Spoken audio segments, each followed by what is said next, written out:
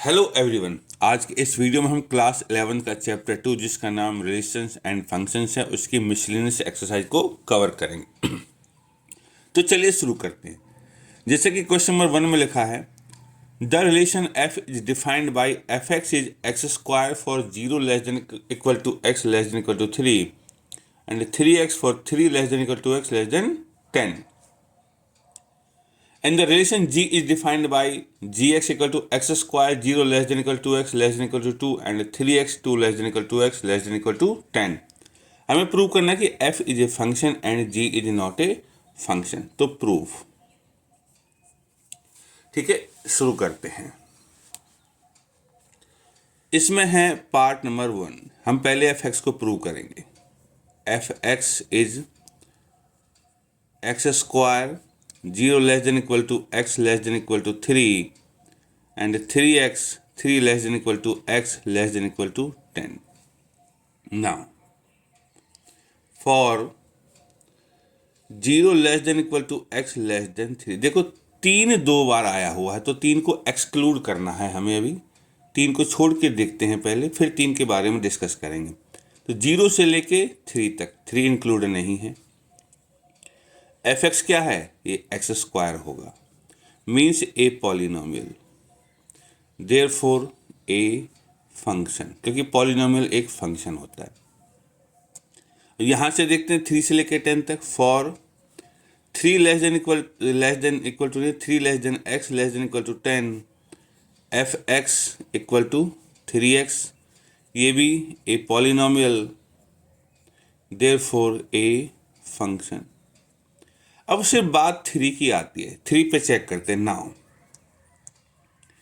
Eight x equal to 3, तो f x मतलब कि f3 कितना होगा?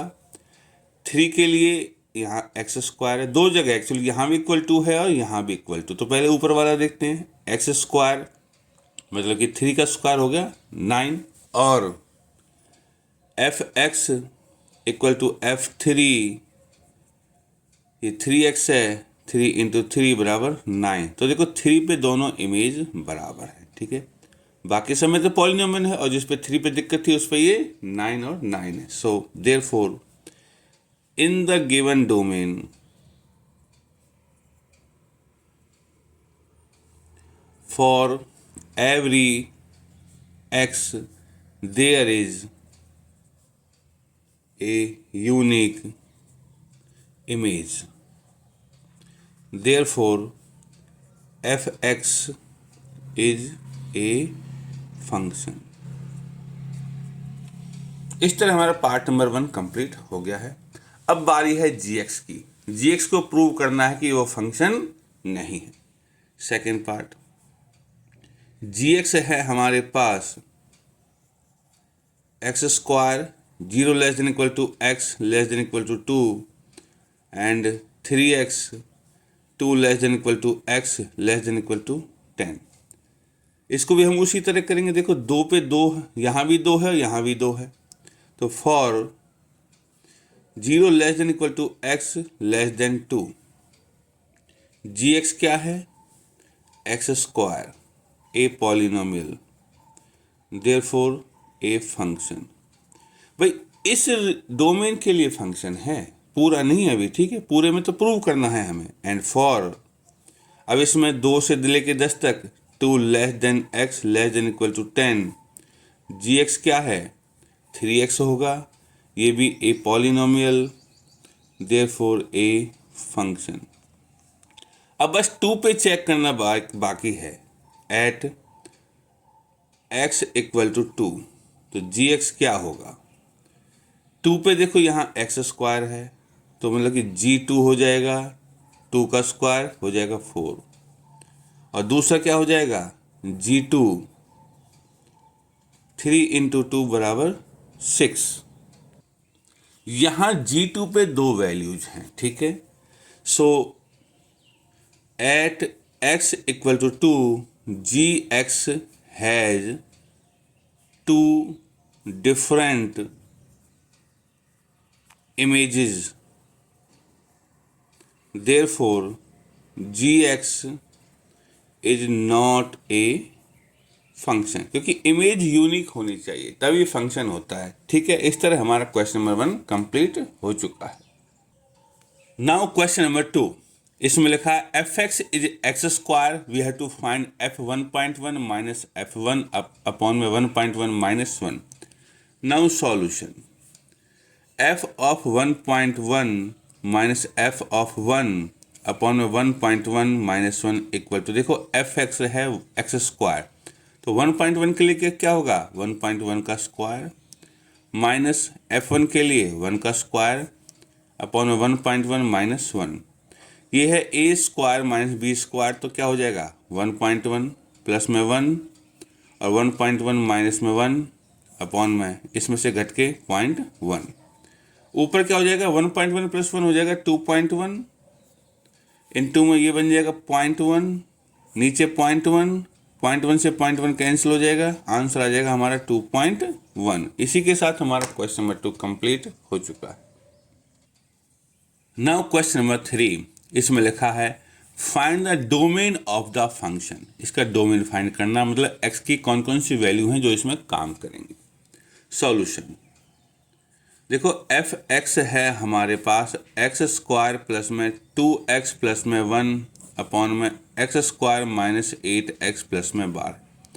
देखो ये एक रेसिप्रोकल फंक्शन है, सॉरी रैशनल फंक्शन है, तो इसमें क्या है कि नीचे डिनोमिनेटर में 0 नहीं होना चाहिए। ठीक है, तो हम कैसे लिखेंगे कि f x is defined for all x except for values of x when x square minus 8x plus में 12 इक्वल टू 0। कि सबके लिए डिफाइन है, सिर्फ उन वैल्यूज के लिए नहीं है जब ये नीचे वाला डिनोमिनेटर 0 हो जाएगा। और एक्स स्क्वायर माइनस इसको फैक्टराइज कर सकते हैं 6x माइनस 2x प्लस में 12 बराबर 0। तो जब इसको करेंगे तो x की दो वैल्यूज निकल के आएंगे 6 एंड 2। तो इन वैल्यूज के लिए डिफाइन नहीं है, बाकी सब के लिए। देयरफॉर डोमेन क्या होगा, इन वैल्यूज को माइनस कर देते हैं तो रियल नंबर है हमारा टोटल r में से हम दो वैल्यूज को माइनस कर देते हैं 6 एंड 2, क्योंकि ये वैल्यूज वो हैं जो डिनोमिनेटर को 0 बना देती हैं। ठीक है, उम्मीद है कि क्वेश्चन समझ में आया होगा और इसके साथ ये क्वेश्चन कंप्लीट हो चुका है। नाउ क्वेश्चन नंबर 4, इसमें लिखा है find the domain and range of the function f defined by f x equal to under root of x minus 1। देखो फंक्शन है हमारे पास under root of x minus 1। Under root में कभी भी नेगेटिव नहीं होता, तो f x is defined if under root के अंदर जो है x माइनस 1 ये ग्रेटर देन इक्वल टू 0 होगा, तभी काम करेगा, क्योंकि इसमें 0 से छोटा नहीं हो सकता, which implies x greater than equal to 1 उधर चला जाएगा। तो देयरफॉर डोमेन क्या होगा, 1 से बड़ा है और 1 के बराबर है, तो 1 से लेके इन्फिनिटी, यहाँ क्लोज होगा इधर ओपन होगा, तो ये तो है हमारा डोमेन। अब रेंज की बात है, रेंज निकालनी है। ठीक है बच्चे, तो देखो ये इसकी मैक्सिमम वैल्यू मिनिमम वैल्यू इसकी 0 हो सकती है। ठीक है, इसकी मिनिमम वैल्यू 0 हो सकती है। अगर x को मैं देखो x शुरू होता है 1 से, तो 1 रख दूंगा तो 1 माइनस 1 0 हो जाएगा। तो रेंज एक्चुअल में क्या होगी, इसकी रेंज होगी 0 से लेके इन्फिनिटी, इधर ओपन इंटरवल है, तो इस तरह कर सकते हैं। नाउ क्वेश्चन नंबर 5, इसमें लिखा है find the domain and range of the function defined by f x is equal to mod of x minus 1। तो we have f x equal to mod of x minus 1। तो सबसे पहले domain निकालेंगे। देखो x कोई भी values ले सकता है, इसमें कोई रेस्ट्रिक्शन नहीं है, अंडर रूट में नहीं है, नीचे डिनोमिनेटर में नहीं है, तो डोमेन ऑफ f होगा r के बराबर। अब निकालनी है रेंज ऑफ f। रेंज क्या होगी कि मॉड के अंदर जो भी कुछ होता है वो प्लस में हो जाता है। ठीक है, पॉजिटिव रहता है तो नेगेटिव कभी भी नहीं जाएगा, तो मेरे ख्याल से ये होना चाहिए 0 से लेके इन्फिनिटी। ठीक है, भाई अगर x की वैल्यू 1 रखूंगा तो मिनिमम वैल्यू 0 होगी, नेगेटिव में जाना ही नहीं है, नेगेटिव के बाद हमारा 0 ही होता है और ये बढ़ता चला जाएगा, तो 0 से लेके इन्फिनिटी हमारी रेंज हो जाएगी। इसी के साथ question number 5 complete. Now question number 6, इसमें लिखा है let f equal to x comma x square upon 1 plus x square x belongs to r be a function from r to r, determine the range of f। इसकी सिर्फ range निकालनी है। We have f x equal to x square upon में 1 plus में x square, ये है। तो range के लिए क्या करते हैं, let y equal to x square upon में 1 प्लस में एक्स स्क्वायर। नाउ अब हम क्या करेंगे, x को इन टर्म्स ऑफ y निकालते हैं। तो मल्टीप्लाई करो, y प्लस में y x square equal to x square, x square minus y x square equal to y हो जाएगा। यहाँ से एक्स स्क्वायर कॉमन ले लिया तो क्या बचेगा, 1 minus y equal to y, और एक्स स्क्वायर क्या हो जाएगा, वाई अपॉन में 1 माइनस वाई। अब देखो एक्स स्क्वायर ऑलवेज पॉजिटिव है, तो मीन्स ये भी पॉजिटिव होना चाहिए, which implies y upon 1 minus y greater than equal to 0। ठीक है बच्चों, क्योंकि एक्स स्क्वायर पॉजिटिव होता है, स्क्वायर है तो ये पॉजिटिव है, तो इसको भी पॉजिटिव होना पड़ेगा। और दूसरे शब्दों में कहें तो y अपॉन में, देखो इसको y माइनस 1 कर दो, ये लेस देन इक्वल टू 0 हो जाएगा। जब माइनस से करते हैं तो इनइक्वलिटी का साइन चेंज हो जाता है। और y को मैं y माइनस 0 लिख सकता हूँ, और ये y minus 1 less than equal to 0। तो देखो यहाँ से y की दो वैल्यू जाएंगी, y बराबर 0 होगा या 1, ये रफ वर्क होता है। 0 और 1 है तो हम क्या करते हैं, एक नंबर लाइन बनाते हैं, ये मैंने पहले बताया था। 0 1 है तो यहाँ 0 होगी और यहाँ 1 होगी। अब ये लाइन 3 इंटरवल में डिवाइड हो चुकी है, पहला, दूसरा, तीसरा। तो राइट वाला हमेशा प्लस होता है, फिर ऑल्टरनेट ये माइनस और ये प्लस। अब इसमें देखो, इसमें हमारा क्या है कि लेस देन इक्वल टू 0, तो लेस देन में हमेशा माइनस वाला कंसीडर किया जाता है, विच इम्प्लाइज तो y किससे बिलोंग करेगा, y करेगा 0 और 1 से, 0 और 1 के बीच में।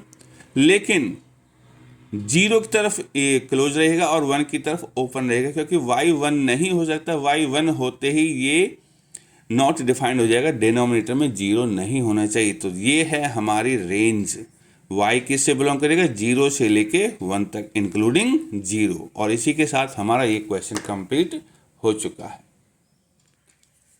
नाउ क्वेश्चन नंबर 7, इसमें लिखा let f comma g such that r tends to r be defined by दो फंक्शन है, f x is x plus 1, g x is 2x minus 3। We have to find f plus g, f minus g and f upon में g। तो solution, f x है हमारे पास x plus में 1, और जी x है हमारे पास 2x minus में 3।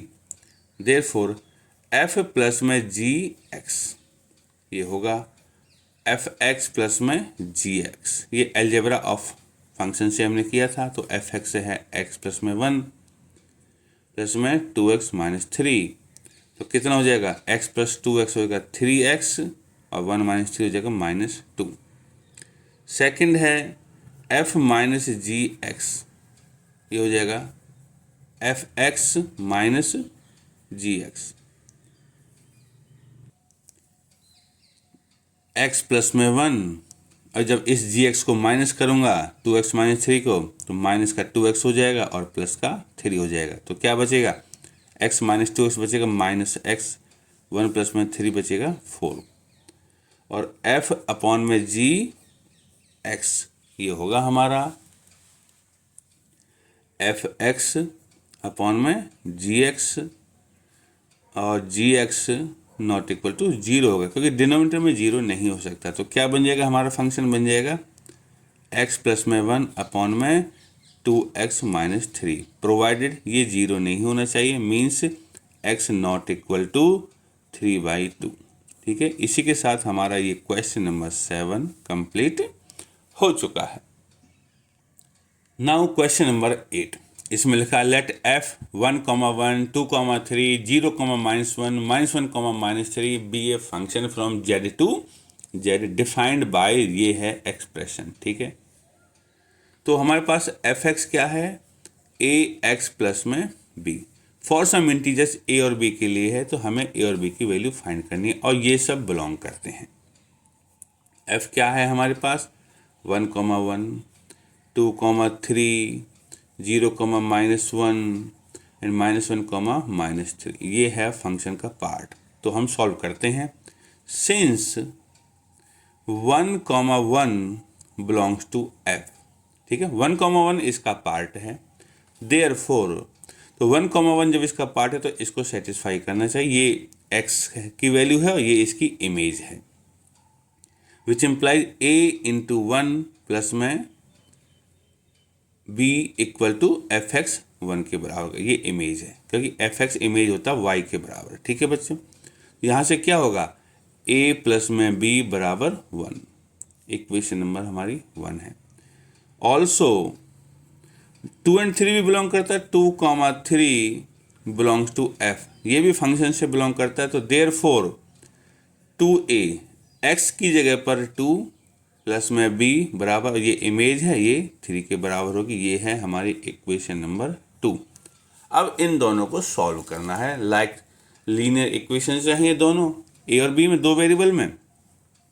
तो on solving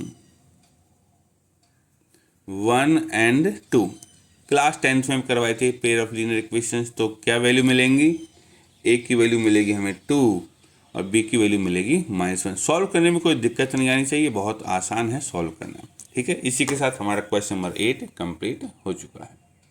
now question number 9, इसमें लिखा है let R be a relation from N to N, natural number से नेचुरल नंबर तक, defined by R a comma b, a और बी नेचुरल नंबर हैं और ए बराबर बी स्क्वायर है। Are the following true, 3 statement दे रखी हैं।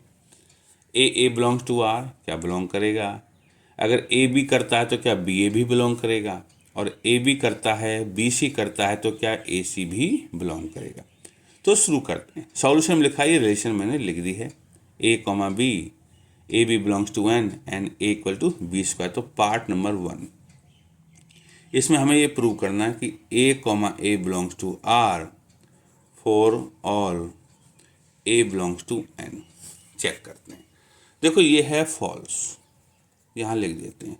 फॉल्स है तो हमें एक एग्जाम्पल देना है। ठीक है, देखो a belongs to R for all a belongs to N, let 4 belongs to N. ठीक है, 4 एक नेचुरल नंबर है, but 4 not equal to 4 square. देखो a equal to b square है, तो यहाँ ए है तो ए और ए होगा तो ए इक्वल टू ए स्क्वायर होगा, तो 4 के स्क्वायर के बराबर नहीं है, इसलिए ये फॉल्स है, तो हमने इसका एग्जाम्पल दे दिया। पार्ट नंबर 2, इसमें लिखा है a b belongs to r implies b a belongs to r, ये स्टेटमेंट भी फॉल्स है। फॉल्स है तो इसके लिए एग्जाम्पल दे देंगे। देखो 4,2 बिलोंग्स टू आर, क्लियर है, बिकॉज 4 इक्वल टू 2 स्क्वायर, हमारे स्टेटमेंट में ये थी, ये इसके स्क्वायर के बराबर होता है, क्लियर है, ट्रू है। But 2 not equal to 4 square, लेकिन रिवर्स में देखो कह रहा है ए बी है तो बी ए भी होना चाहिए, तो 4 2 है तो 2 4 भी होना चाहिए, लेकिन ऐसा नहीं होता। ठीक है, इसलिए ये स्टेटमेंट फॉल्स है। ठीक है, फॉल्स है तो हमें सिर्फ एग्जाम्पल देना होता है। नाउ पार्ट नंबर 3, इसमें लिखा है a b belongs to r, b c belongs to r, तो ए और सी बिलोंग्स टू आर। ठीक है, तो बच्चों ये भी फॉल्स है। फॉल्स है तो हमें एग्जाम्पल देना है। देखो जैसे 4,2 बिलोंग्स टू आर है, क्योंकि 4 इक्वल टू 2 का स्क्वायर। ठीक है, ऐसे ही 16,4 ये भी बिलोंग करेगा, क्योंकि 16 इक्वल टू 4 स्क्वायर। तो ये देखो ए मान लो, ये बी मान लो, और ये बी मान लो, और ये सी मान लो। देखो ए बी बिलोंग करता है, ठीक है, 4 2 भी बिलोंग करते हैं, ठीक है, but a 16 comma c 2 does not belong to r, sorry इस रिलेशन में, because 16 not equal to 2 square, ठीक है। एग्जाम्पल भी दे दिया हमने और हमारा काम खत्म हो गया। इस तरह question number 9 complete. Now question number 10, इसमें लिखा है let a is 1 2 3 4 and b is 1 5 9 11 15 9 16 and f is 1 5 2 9 3 1 4 5 2 11। तो दो स्टेटमेंट दे रखे, मैं बताना कौन सा ट्रू है। F is a relation from A to b, ये बताना ट्रू है नहीं है, और f is a function from A to b, ये भी बताना ट्रू है या नहीं है। तो सॉल्यूशन ए क्या है हमारे पास 1 2 3 4 और बी है हमारे पास 1 5 9 11 15 और 16। देखो रिलेशन क्या होती है, relation is a subset of Cartesian product. तो हम देखते हैं ए क्रॉस बी। ए क्रॉस बी क्या होगा 1 1 1 5 1 9 1 11 1 15 1 16, 2 के साथ 2 1 2 5 2 9 2 11 2 15 2 16। अब 3 के साथ 3 1 3 5 3 9 3 11 3 15 3 16। अब 4 के साथ 4 1 4 5 4 9 4 11 4 15 4 16। ये है हमारा cartesian product of A cross b. 1 5 2 9 3 1 4 5 और 2 11। नाउ सी ये जो एफ है 1 5 ये रहा, 2 9 ये रहा, 3 1 ये रहा, 4 5 ये रहा, 2 11 ये रहा। तो ये पांचों इसके अंदर है। It implies f subset of A cross B. तो जब कोई subset of A cross B है तो उसको रिलेशन बोलते हैं, ठीक है। Therefore f is a relation from A to B.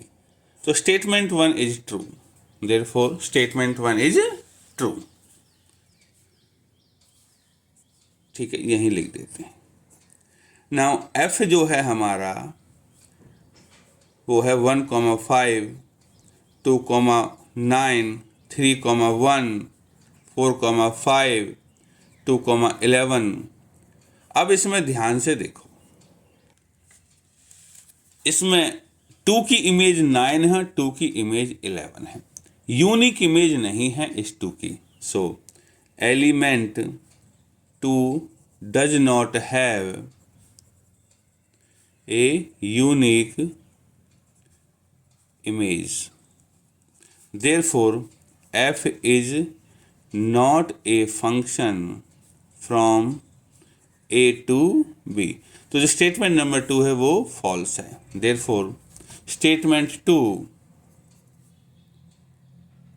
Second is false, ठीक है।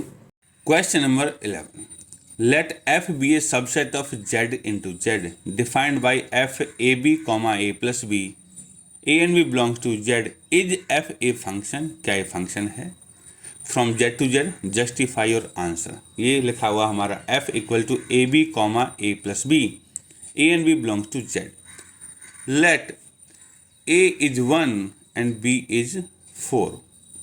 तो क्या होगा, a into b comma a plus b क्या बन जाएगा, ये बन जाएगा 1 इंटू 4 कॉमा 1 प्लस में 4 मीन्स ये बन जाएगा 4 कॉमा 5।